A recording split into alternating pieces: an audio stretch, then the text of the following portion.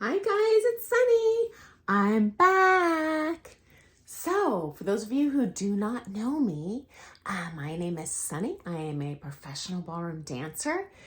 So I have been fully immersed for my life in the deep end of this kind of American subculture. So I am here today to share a behind the scenes perspective of the ballroom dance world. And I have been posting and sharing weekly and sometimes even daily background info on Bravo TV's reality TV show, Dancing Queens. The topic that's generated the most chatter in my kind of reviews of each episode is Donnie's body, and does this really affect her marks? Does the dance community body shame? Is this hurting her marks, etc.? So, in a nutshell, false, fake, no way. Now, it does come into play in this industry in a different way, though, that they don't share on the series. And I'm not faulting the series for that. They want to make an emotionally compelling story. It's not really truly a documentary. So I'll share what really goes on behind the scenes.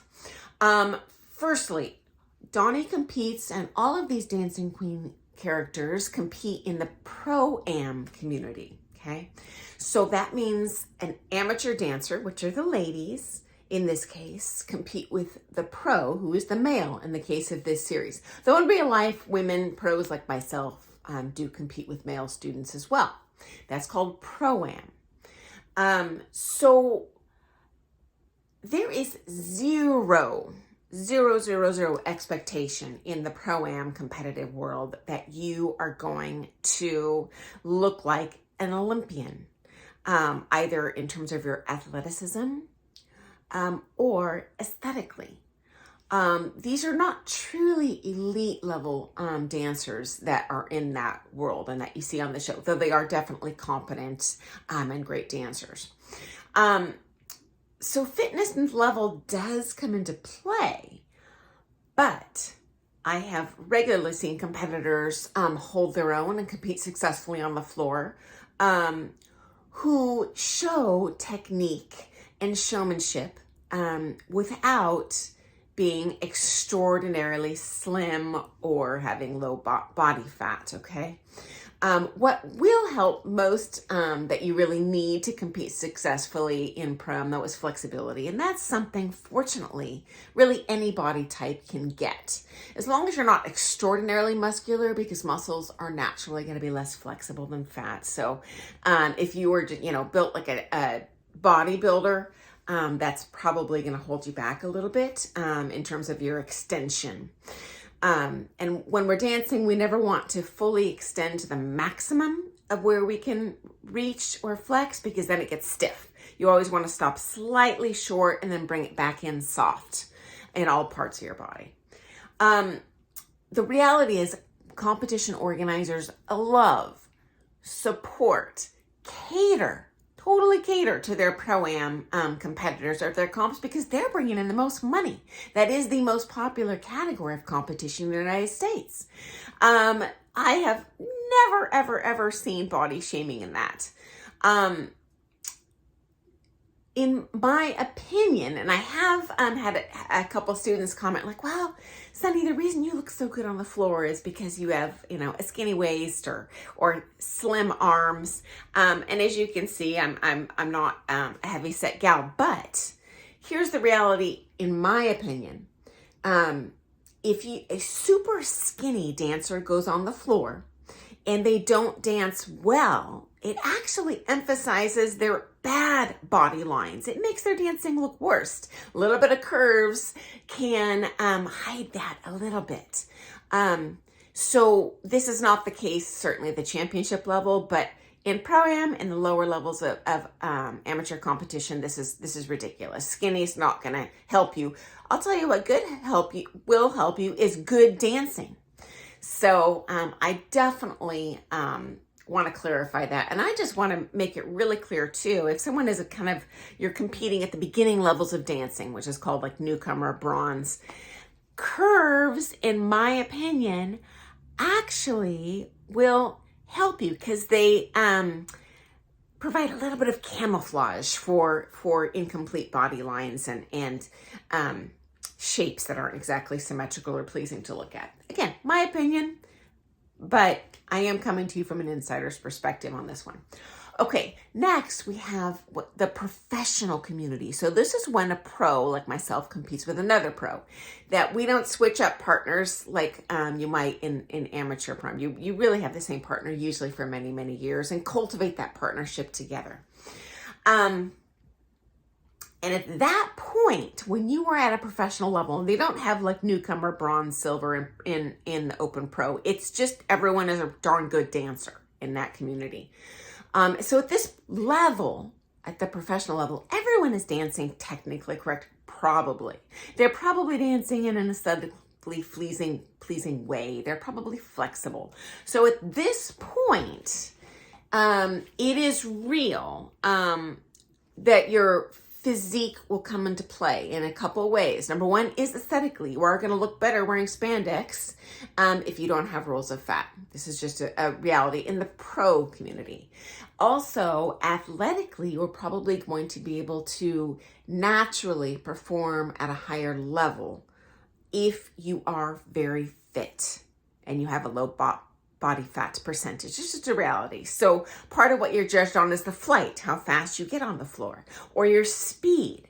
These things are just going to be easier physically on someone who is very fit. And there are certain body types that are have more of a natural aptitude to look this way. And certainly those people have a competitive advantage. It would be very rare and improbable, for example, to see a 6'1" super skinny lady be a gold medal Olympian in gymnastics. Okay.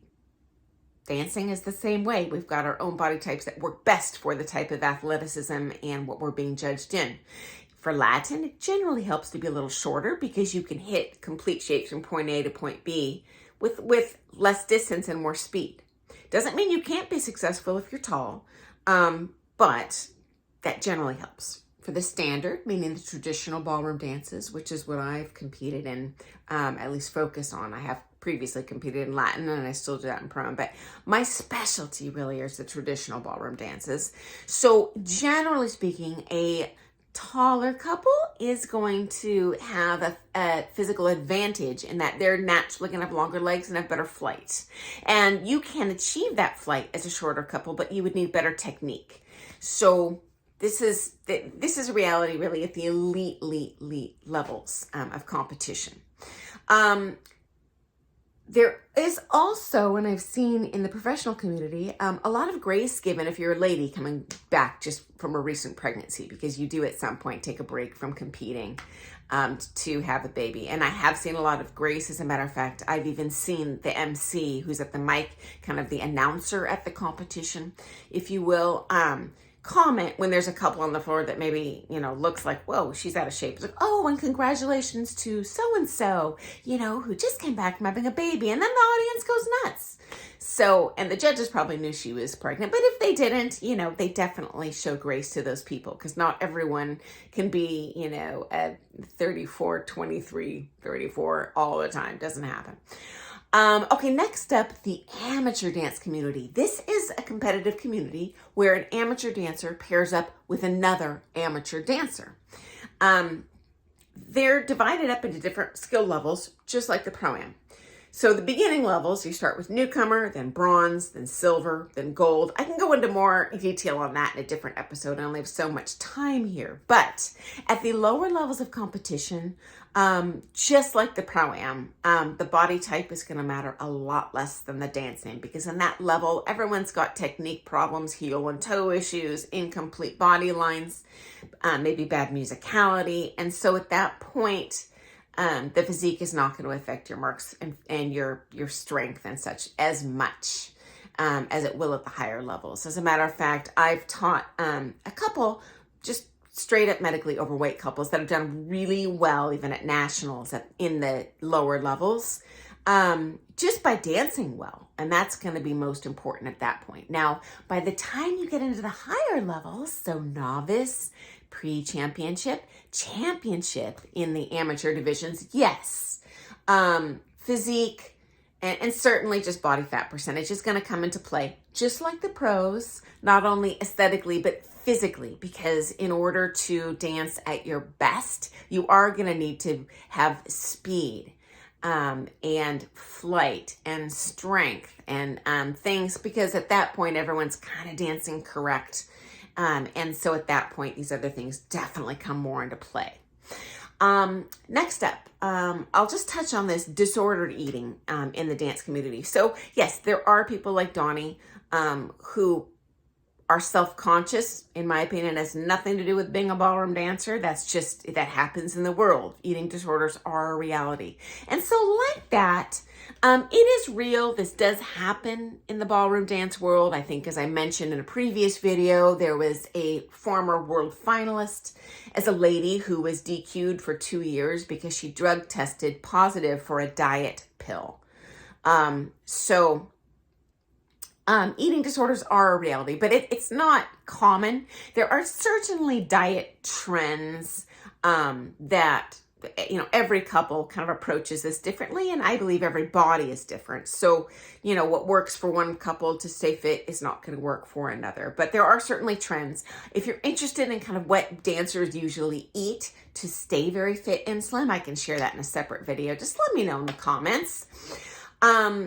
Also related to this, I'm a set point theorist. I believe if you come into ballroom dancing and you weigh 400 pounds, you're obviously going to naturally lose weight in the process of competing and being more active, but I would not go in expecting that you're going to ever be a 120 pound, fitness model. That's just not how you're built, and that's fine. And if you're doing pro-am, honestly, doesn't really care. Doesn't matter.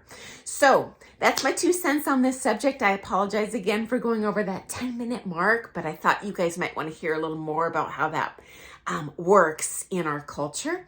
And just a reminder, I am not monetized. I do this just for your viewing pleasure, and informing people more about what really goes on in this culture, because reality TV can distort things a bit, whether it's positive or negative, to create a compelling storyline and more viewers. So if you like today's video, please give a thumbs up, comment, subscribe. Not that I make money off of it, just makes me happy to see that you are interested. And if there's another topic you want me to touch on, definitely comment below. So I'll see you later, and I hope that answered some of your questions, guys. Have an awesome day. Thanks for joining me. Bye.